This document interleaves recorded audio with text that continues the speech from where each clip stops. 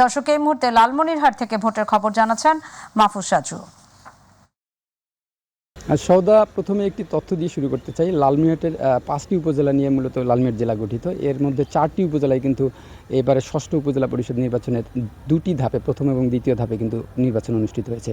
আজ তৃতীয় ধাপের নির্বাচনে লালমিরহাট সদর উপজেলার নির্বাচন অনুষ্ঠিত হচ্ছে। এই সদর উপজেলাটি মূলত পৌরসভা এবং 9টি ইউনিয়ন নিয়ে গঠিত। এর মধ্যে গোটা উপজেলায় কিন্তু 2,89,606 জন ভোটার রয়েছে। আর আমি এই মুহূর্তে অবস্থান করছি ফজলুল করিম গার্লস স্কুল বিদ্যালয় কেন্দ্রটিতে। এখানে আমরা সকাল থেকে এসে দেখেছি যে ভোটারের যে দীর্ঘ লাইন থাকার কথা, সেই লাইনটি কিন্তু নেই।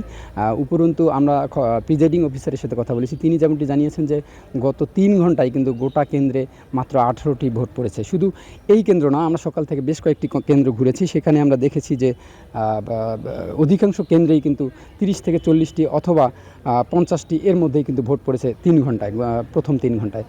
তো নির্বাচনের চিত্র এই। আর যদি অন্য আরেকটি তথ্য দেই, তাহলে বলতে হয় যে লালমিরহাটের যে ভোটের উৎসব, সেটা কিন্তু নির্বাচনের প্রচারণা যেমন ধিমে তালে চলছিল, শেষের দিকে এসে যদিও বা একটু নির্বাচনের প্রচারণাটা বাড়িয়ে দিয়েছিল আপনার প্রার্থীরা, ঠিক নির্বাচনের ভোটের দিনে কিন্তু ভোটারদের যে উৎসব, সেই উৎসবটা কিন্তু লক্ষ্য করা যাচ্ছে না। তো সব মিলিয়ে এই ছিল লালমিরহাটের নির্বাচনের সবশেষ খবর।